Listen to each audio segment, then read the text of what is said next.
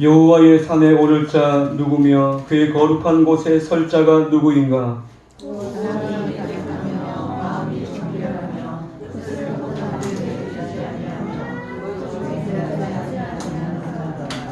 그는 여호와께 복을 받고 구원의 하나님께 의를 얻으리니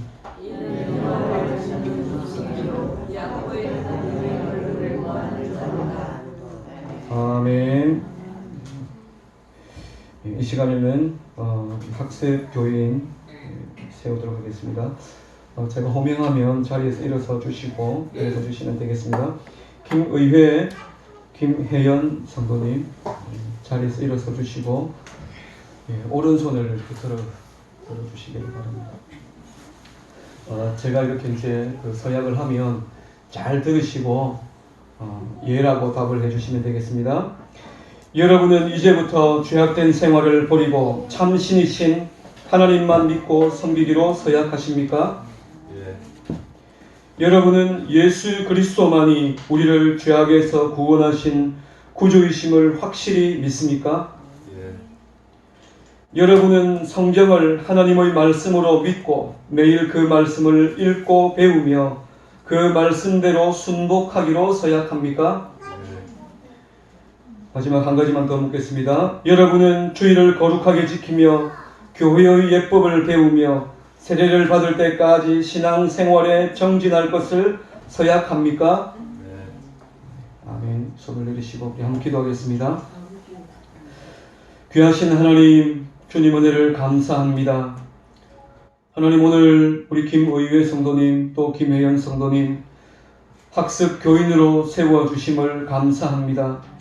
이전에 하나님을 알지 못했고 그래서 교회와 멀어져 있었고 하나님을 알지 못하는 상태로 참 오랜 세월을 살았지만 하나님의 뜻하신 때에 하나님의 방법대로 사랑하는 두 성도를 주님께서 불러주시고 믿음 생활을 하게 하시고 또 믿음을 통하여서 마음 가운데 하나님을 나의 구원자로 알고 하나님의 말씀이 우리의 걸음을, 우리의 삶의 걸음을 인도해가는 지침서가 됨을 확실히 믿으며 구원하는 도리를 우리에게 말씀하는 줄 알고 믿고 따르기로 서약하며 이 시간 학습 교인으로 세워주시니 감사합니다.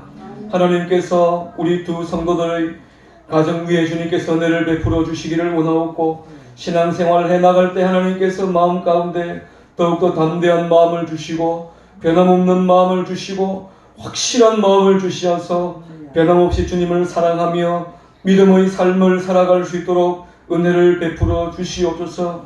아버지 하나님, 이제부터 영원까지 주님께서 이들의 삶 가운데 마음 가운데 임재하여 주시어서 하나님께서 이들과 함께 하시고 인도하여 주시고 이들의 삶을 통하여 주님께서 영광을 받으시기를 원합니다. 아버지 하나님, 이제 또 앞으로 세례교인으로 세워지기까지 믿음 생활에 더욱더 정진하게 하시고 찬양하며 예배하며 나아갈 때 하나님께서 마음 가운데 날마다 부어주시는 신령한 은혜를 경험하며 살아갈 수 있도록 은혜 베풀어 주시옵소서. 어린 선물 주님께서 붙잡으시고 하나님께 주신 이 두 아이 주님의 은혜 가운데 믿음으로 잘 양육받게 하시고 하나님과 사람들에게 사랑스러워져 가는 귀한 인물로 주님께서 세워주시옵기를 원합니다. 오늘도 예배한 우리 온 성도들 또 함께 또 아버지 하나님 이들을 위해서 함께 기도하며 또 함께 격려하며 나아갈 때 하나님께서 함께 하시고 이 시간 우리 가운데 은혜로 함께 하여 주시기를 원하옵고 예수님 거룩하신 이름으로 기도하옵나이다. 아멘. 공포하겠습니다. 오늘부터 우리 김의회 씨, 김혜연 씨 두 분은 대한예수교 장로회 서중교회 학습 교인 된 것을 공포합니다. 아멘. 자리 잡으시고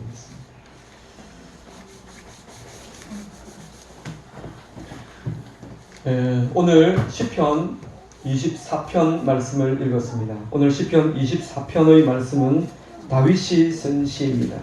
시편 말씀에 보면 위에 이렇게 다윗의 시, 또 솔로몬의 시, 또 아삽 여러 사람들의 이름을 기록을 하면서 누가 이 시편을 기록했는지를 말하고 있는데, 오늘 말씀은 다윗이 쓴 시입니다.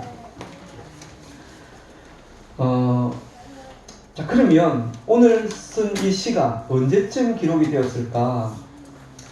아마도 이제 대부분의 학자들이 이 다윗의 시편을 보면서 사무엘하 6장에 보면 다윗이 하나님의 법궤를 오벳에돔의 집에서 다윗성으로 그것을 이제 제사장들이 어깨에 메고 인도하여 갈 때, 그때 아마 이 시를 썼을 것이다.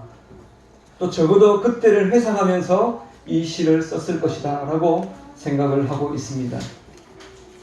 그럼 그때 다윗이 어떻게 했는가 보면요, 오벳에돔의 집에서 다윗성으로 인도해 가는데 이 다윗의 마음이 얼마나 기뻤던지, 다윗이 하나님의 궤가 자기가 살고 있는 그 다윗성으로 들어가는 것을 보면서 제사장들이 앞에서 걸어갑니다.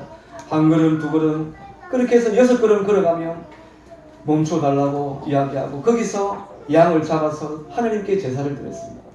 또 6걸음을 걸어가면 또 제사를 지내고, 이렇게 하면서 다윗성까지 이 법궤를, 여호와의 궤를 메고 들어갔습니다.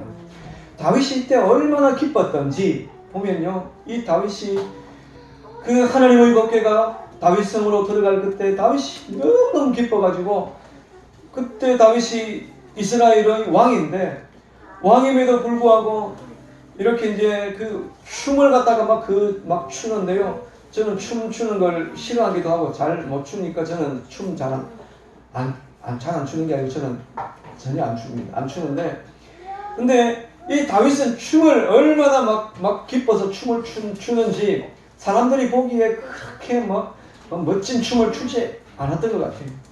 근데 열심히 춤을 추어가지고 막 다리를 얼마나 올려놨던지 이렇게 막 그 허벅지가 다 보이고 막 이랬는가 봅니다. 그러니까 위에서 있던 그 자기 아내 미갈이 보고 조롱을 했습니다. 채통도 없이 그렇게 할 만큼 다윗이 그렇게 기뻐했습니다. 근데 그러니까 다른 사람들이 이렇게 보든 저렇게 보든 상관없이 하나님 앞에서 다윗이 얼마나 기뻤던지 그렇게 기뻐하며 예배하면서 그 여호와의 궤를 들고 들어갔었습니다. 다윗이 그때 그의 마음 가운데 있었던 마음이 무엇인가 하면, 내가 지금 정치적으로는 유대의 왕이지만 우리나라의 참 왕은 내가 아니고 여호와 하나님이 바로 우리의 왕이십니다. 내 삶의 주인이 하나님이시고 우리 가정의 주인이 하나님이시고 우리 이스라엘의 주인이 하나님이시고 하나님께서 우리 이 나라를 다스리십니다. 그런 고백과 그런 마음으로 하나님의 궤를 이끌어 갔습니다. 오늘 우리의 고백도 바로 그러해야 합니다. 오늘 우리의 왕, 우리나라의 왕, 우리 가정의 왕, 그 왕은 내가 아니고 우리 교회의 왕도 내가 아니고 하나님이시고 이 나라의 왕도 하나님이시고 온 우주 만물의 왕이 하나님이심을 우리가 인정하고 고백하며 살아가야 됩니다. 여러분, 내가 왕이 되고 내가 주인공이 되면 행복할 것 같지만요, 그렇지 않습니다. 다윗이 하나님을 이스라엘의 왕으로 모시고 하나님께서 원하시는 통치로 백성들을 다스리고 했을 그때에 이스라엘의 역사 속에서 가장 강력한 나라가 되었습니다. 다윗이 그때 얼마나 부자였는가 하면, 다윗이 하나님의 성전을 직접 짓지는 않았지만 하나님의 성전을 지을 때 금 3,000달란트, 은 7,000달란트, 이걸 하나님께 준비를 하고 백향목 나무를 준비하고 여러 가지 모든 성전을 지을 수 있는 준비들을 이 다윗이 다 해놔놓고, 그리고 솔로몬에게 그 일을 맡기고 다윗이 죽었습니다. 근데 그 금 3,000달란트가 오늘날 돈으로 환산하면 이제 한 2조 원 정도 된다고 합니다. 국가의 돈으로 그렇게 한 것이 아니고 그냥 다윗이 자기가 갖고 있는 돈을 가지고 하나님께 드린 헌금이 그 정도 되는 돈입니다. 그러니까 얼마나 다윗이 부자였겠어요. 이스라엘의 영토 가운데서 다윗의 시대가 가장 넓었습니다. 그래서 지금도 이스라엘이라고 하는 나라가 지금도 꿈꾸는 것이 다윗 시대의 그 영광을 지금도 꿈꾸고 있습니다. 그래서 이스라엘 그 국기가 보면은 그 별이 하나 있는데 육각으로 되어 있는 그 별이 바로 다윗의 별입니다. 다윗 시대를 꿈꾸는 것입니다. 내가 주인이 되면 내가 내 마음대로 그냥 나라를 다스리고 내 마음대로 우리 가정을 다스리고 이렇게 하면 좋을 것 같은데, 그러면 행복할 것 같은데, 그렇게 하면 엉망진창이 되고요. 하나님께서 내 삶의 주인이 되어지고 우리 가정의 주인이 되고 우리 나라의 주인이 되면, 그러면 하나님께서 다스리시는 그 나라가, 그 가정이, 그 교회가 가장 아름답고 또 가장 능력 있고 가장 기쁘고 가장 행복한 그런 공동체가 될 수 있다고 하는 것입니다. 사람들이 아무리 좋은 계획을 세우고 그 계획을 인도해 나가려고 해도 사람들이 가지고 있는 그 좋은 계획 가운데는 사람들 마음 가운데 있는 더러운 죄악이 그 좋은 계획들을 결국에는 망쳐서 지옥으로 만들어 버릴 때가 참 많습니다.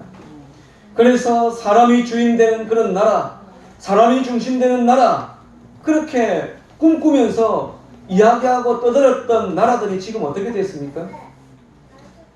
그런 나라들이 다 공산주의지 않습니까? 그 공산주의 국가들이 지금 다 엉망진창이 되고 인권이 있습니까? 사람이 진짜 주인이 되는가요? 그렇게 되지 않습니다.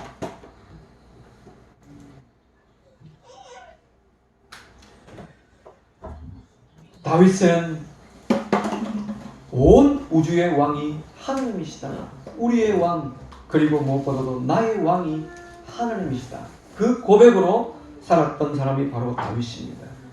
자, 그러면 왜 하나님이 우리의 왕이 되시는가?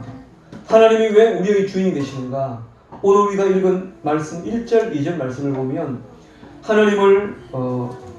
하나님이 어떤 분이신가를 우리에게 말하고 있는데 같이 읽습니다. 시작. 땅과 거기 충만한 것과 세계와 그 가운데 사는 자들은 다 여호와의 것이로다. 여호와께서 그 터를 바다 위에 세우시며 강들 위에 건설하셨도다. 오늘 말씀을 보면 이 다윗의 이 고백을 보면 온 세상에 하나님만이 주인이 되신다. 그렇게 고백을 하고 있습니다. 이 온 우주와 만물의 질서를 주신 분이 하나님이십니다. 우리가 이 세상을 살아가면서 여러분 참 얼마나 이 우주가 넓은지, 얼마나 이 우주가 광대하고 큰지 우리는 감히 상상도 못할 만큼 이 우주는 너무너무 방대하고 큽니다. 하나님께서 이 모든 것을 만들었습니다. 지금 우주가 팽창하고 있냐 아니면 우주가 수축하고 있냐, 그걸 가지고 사람들이, 과학자들이 이야기를 하면서 우주가 팽창하고 있다, 그렇게 이야기를 합니다. 왜 그렇게 그런 이야기를 할 수가 있는가 하면, 우리가 기차나 버스 같은 걸 이렇게 이제 보면 버스가 빵 하면서 이렇게 이제 오면 어떻습니까? 빵 하고 해가지고 내 앞에까지 올 때까지 빵 하다가 쓱 지나가면 빵 이렇게 소리가 뚝 떨어집니다. 왜 그런가 하면 음이 오면서 이게 진폭이 있는데 확 밀고 올 적에는 이 진폭이 이렇게 조밀하기 때문에 소리가 고음이 되고요. 싹 떨어지게 되면 싹 지나가면은 이게 이제 소리가 점점 멀리 쭉 가면서 그 진폭이 이게 그 폭이 떨어지기 때문에 이렇게 이제 소리가 저음으로 뚝 떨어지는 것입니다. 빛도 이렇게 우리가 빛을 오는 걸 내가 이렇게 가면서 맞으면 이게 빛이 그 폭이 파장이 이렇게 짧아지겠죠. 짧아지니까 이 빛이 이제 푸른 빛을 띠는데 이게 떨어지게 되면, 멀리 떨어지게 되면, 빠른 속도로 쭉 떨어지게 되면 빛의 색깔이 붉게 변한다고 합니다. 그래서 이 우주를 이렇게 살펴보니까 대부분의 별들이 다 붉은색을 띠더라. 그래서 이 우주가 그렇게 이제 팽창해 간다라고 이야기를 합니다. 근데 또 얼마 전에 어떤 우리나라 과학자가 그거 기준점이 잘못됐다. 그 주장이 그렇게 설득력 있는 게 아니다. 그러면서 또 다른 이론을 하고 있는 것을 보았습니다. 그럼 이렇든 저렇든 어쨌든 우리가 이렇게 눈에 보이는 우주를 보아도요. 끝도 없고 너무 방대하고 이걸 누가 만들었을까? 저절로요. 이 거대한 우리가 정말 어디를 가가지고 큰 산만 보아도 너무너무 대단해 보이고 좋아 보이고 근사한데 이 거대한 이 우주 속에서 우리 이 지구상에 있는 이 산이 그게 뭐라고? 진짜 아무것도 아니거든요. 다윗이 볼 때 바로 그랬습니다. 이 온 우주 만물, 이 온 세상 그걸 지으신 분이 하나님이시다. 사람이 주인이 아니고 내가 이 세상에 모든 것을 다 가진 것 같지만 아무것도 아니고 진짜 이 온 우주 만물을 창조하신 분이 계시구나. 그분이 바로 하나님이시구나. 그래서 다윗은 이 온 우주 만물의 주인이 하나님이시기 때문에 하나님이 나의 왕이 되신다. 우리의 왕이 되신다라고 그렇게 고백을 하고 있습니다. 자, 그러면 그 하나님께서 우리에게 원하시는 것이 무엇인가? 그 하나님께서 우리에게 원하시는 것이 있는데 3절 말씀을 보면 여호와의 산에 오를 자 그의 거룩한 곳에 설 자가 누구인가? 그렇게 말합니다. 이 말씀은요.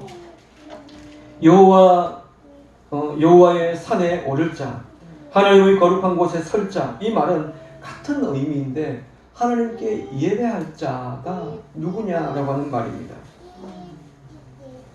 유대인들은 하나님께서 특별히 이제 예루살렘 가운데 계신다.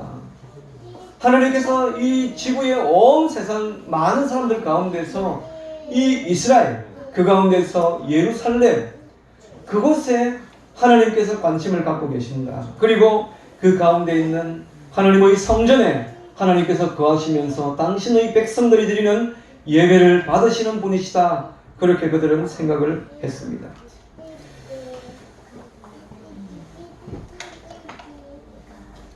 자, 그런데 그 하나님께 예배하는 거룩한 산, 시온산 이곳에 설 자가 누구인가? 라고 하는 것입니다. 누가 그 하나님께 예배하는 그 산에 오를 자가 누구이고 하나님께 예배하기에 합당한 사람이 도대체 누구냐라고 하는 것입니다.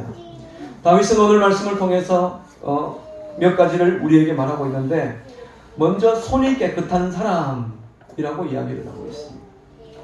하나님께 예배한다고 하는 것은 그냥 이 자리에 나와가지고 이 자리에서 우리가 정성을 다해서 예배한다고 해서 참된 예배자가 되는 것이 아닙니다. 손이 깨끗해야 된다. 다윗은 하나님께 예배하기 위해서 그 사람의 손이 깨끗해야 된다라고 말합니다. 하나님께서는 유대인들에게 계명을 주시면서 너희들이 만질 수 있는 것도 있고 만질 수 없는 것도 있다. 이런 것을 만지면 너희들이 부정하게 된다. 그러니까 좋지 못한 것, 더러운 것, 그런 것은 만지지 말아라. 그리고 먹는 것도 너희들은 이것은 먹을 수 있고 이것은 먹을 수 없다 라고 먹는 것도 구분을 해놓았습니다.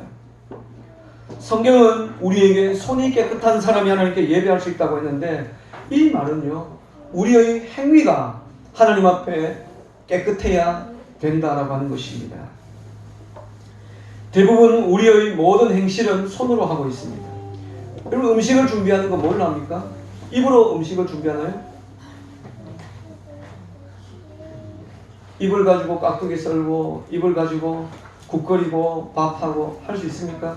다 손으로 합니다. 운전도 손으로 하고 다른 사람들을 격려하고 돕는 것도 손으로 하고 다 손으로 합니다. 나쁜 짓은요? 나쁜 짓도 손으로 합니다. 다른 사람들 두들겨 패는 것도 손으로 하고 물건 훔치는 것도 손으로 하고 손으로 이렇게 하는 것입니다. 그러니까 이 손이 깨끗하다라고 하는 이 말은 우리의 행실이 하나님 앞에서 깨끗하고 발라야 된다라고 하는 것입니다. 한 주간 우리가 쭉 살아가면서 우리가 예수님 믿는다라고 이야기하는데 한 주간 살면서 한 주간 내내 사기치고 와가지고 돈을 많이 벌었습니다. 사기를 엄청 쳐가지고 이번 주에 막 한 1억 벌었습니다. 한 주 사기 쳐서 1억을 벌었습니다. 그 돈 가지고 와서 하나님께 11조, 야 11조 내가 1억 벌었으니까 1,000만 원 11조 내고, 하나님께서 기뻐하시나요? 하나님께서 기뻐하지 않아요. 창기도에 번 돈, 그 하나님께 드리지 못한다라고 이야기를 합니다. 더러운 방법으로, 깨끗하지 못한 방법으로 돈 번 것 가지고 하나님께 헌금할 수가 없어요. 하나님께서 그거 기뻐하지 않습니다. 우리가 하나님께 예배하기 위해서 우리의 한 주간의 삶이 하나님 앞에 올바른 삶이 되어야 하나님께 예배할 수 있습니다.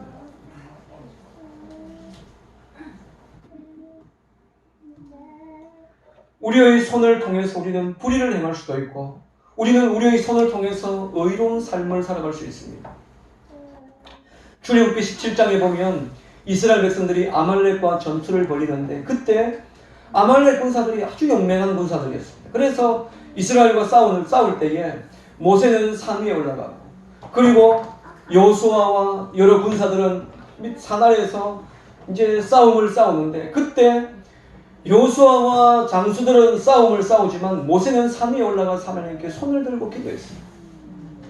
우리의 손이 하나님을 향하여서 들려져서 기도하는 손으로 쓰임 받기도 하고요.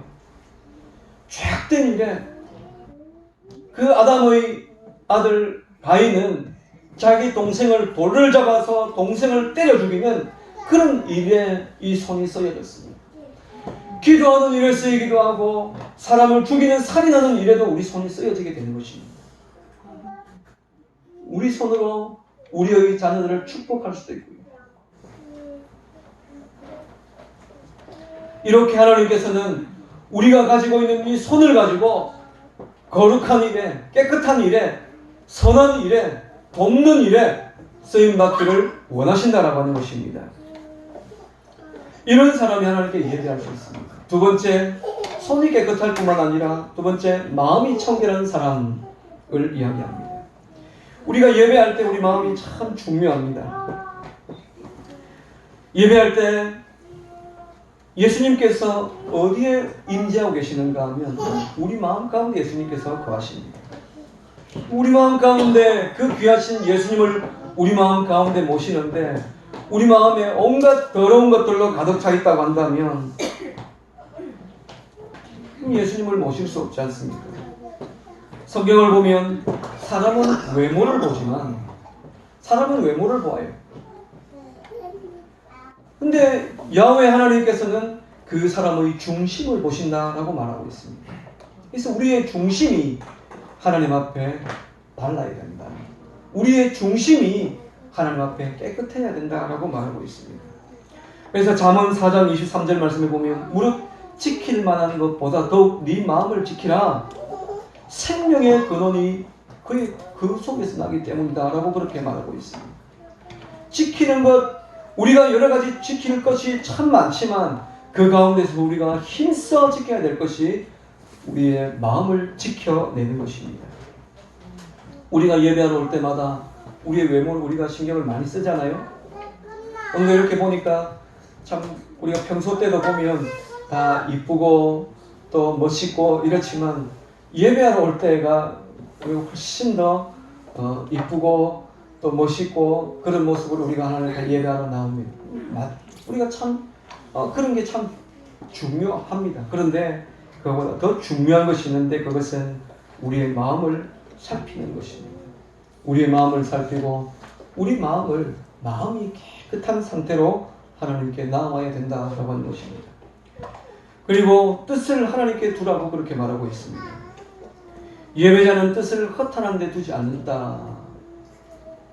뜻을 허탄한 데 두지 않는다라고 말하고 있는데, 허탄이라고 하는 것은 거짓되고 험한 것, 그런 것을 말합니다.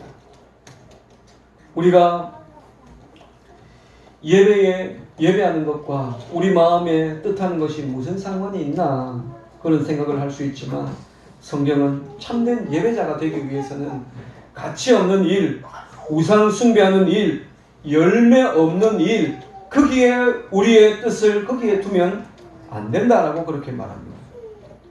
예배하는 자는 한마디로 하나님께 뜻을 두고 살아야 됩니다. 그래서 우리가 이 세상을 살아가면서 과도하게 이 세상의 뜻을 두고 살아가고 있다고 한다면 회개해야 됩니다.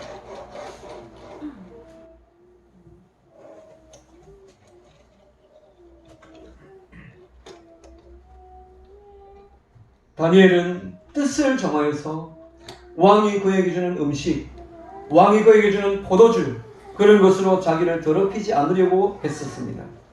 또 자기를 이제 올무에 가두기 위해서 예루살렘을 향해서든 또 아니면 하나님을 향하여서든 기도할 수 없다. 한 달 동안은 왕 외에 다른 신에게 기도하면 사자굴에 집어넣기로 합시다.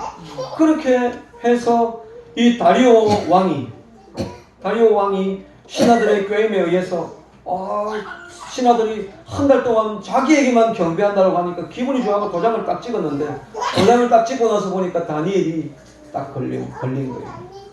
다니엘은 매일매일 예루살렘을 향하여서 하나님의 성전이 있는 곳, 그곳을 향하여서 창을 열고 매일 하나님께 기도했습니다. 그것을 지켜보고 있던 신하들이 보고는, 왕이여, 저 다윗이 한 달 동안 왕 외에 다른 신에게 경배할 수 없다고 했는데 저 다니엘이 그렇게 했습니다. 다리오 왕이 다니엘을 아끼고 좋아했지만 이미 법으로 정해놓은 것을 다니엘이 어겼기 때문에 이 다니엘을 결국에는 사자굴 속에 집어넣을 수밖에 없었습니다. 그러나 다윗의 마음속에는 하나님 외에 우리의 기도를 받으시는 분이 없다. 우리가 예수님 외에 우리가 다른 신에게, 다른 누구에게 우리가 기도할 수 없다. 하나님께만 그래서 다니엘은 기도했습니다. 뜻을 정했습니다. 죽을 줄 알고도 그 뜻대로 그 뜻을 지켜내었습니다. 다니엘이 죽음에 이르렀을 때에, 이제 죽을 자리에 이르렀을 그때에 다니엘과 다니엘의 세 친구들이 뭐라고 이야기하는가 하면, 물론 다니엘의 친구들이 한 고백이지만, 왕이여 그리 아니하실지라도 하나님께서 우리를 건져내 주실 것입니다. 그런데 그리 아니하실지라도 우리는 하나님께 범죄할 수 없습니다. 우리는 신상에게 절할 수 없습니다. 그렇게 고백을 했습니다.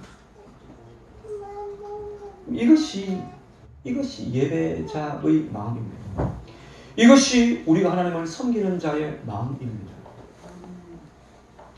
일제시대 때 참 안타까운 현실 가운데 하나가 뭔가 하면, 그 당시 세워져 있던, 물론 지금이랑 비교하면 너무 교회 숫자가 작았죠. 작았는데도 불구하고 그때 믿음을 지키는 교회들이 그렇게 많지는 않았습니다. 일본 경찰들이 주일만 되면 저기 문 앞에 와서 기다리고 있습니다. 칼을 차고 군화를 신고 저기 앞에 나와가 딱 기다리고 있습니다. 그러면은 예배 인도하는 그 사람이 예배를 딱 드리기 전에 일본 쪽을 향해서, 일본이 지금 어떤 쪽인지 모르겠는데 일본을 향해서 전부 이제 차례를 해가지고 먼저 일본 천황이 있는 곳을 향해서 절을 하고 예배를 드렸다고 하더라고요.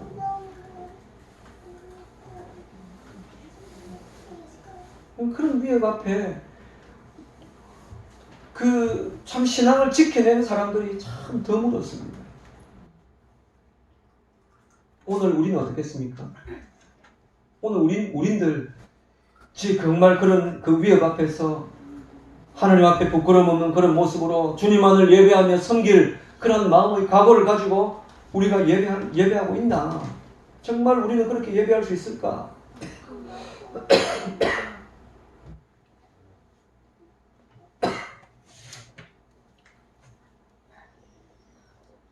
뜻을 정해야 돼요. 우리 생명을 걸어야 됩니다. 변함없이 변함없는 마음으로 우리 주님을 내가 섬기겠다. 어떤 위협이 와도 내가 뜻을 정해서 내 온 의지를 다해서 내가 이 일을 하겠다. 뜻을 허탄한 데 두지 않는 자, 그런 자가 하나님께 예배할 수 있다라고 말합니다. 마지막으로 신실한 자가 되어야 됩니다. 거짓 맹세하지만 않아야 된다라고 말하고 있는데, 참된 예배자는 신실해야 된다고 하는 것입니다. 신실해야. 올해 뜻을 정하여 우리가 하나님 앞에 예배하고, 우리가 뜻을 정하여서 성경 읽기, 성경 쓰기, 그리고 기도하는 일에 뜻을 정하여서 우리가 힘을 내어야 되겠습니다. 우리가 뜻을 정해서 선교하는 일이나 전도하는 일에 우리가 힘써 헌신해야 되겠습니다. 뜻을 정하여서 회복을 위해서 우리가 힘써야 되겠습니다. 무엇보다도 오늘 말씀을 통해서 우리가 뜻을 정하여서 이 한 해 예배에 실패하지 않고 예배에 성공하는 우리 성도님들 되어야 될 줄로 믿습니다. 하나님께서 기뻐하시는 예배, 오늘 말씀을 보니까 어떤 예배인가?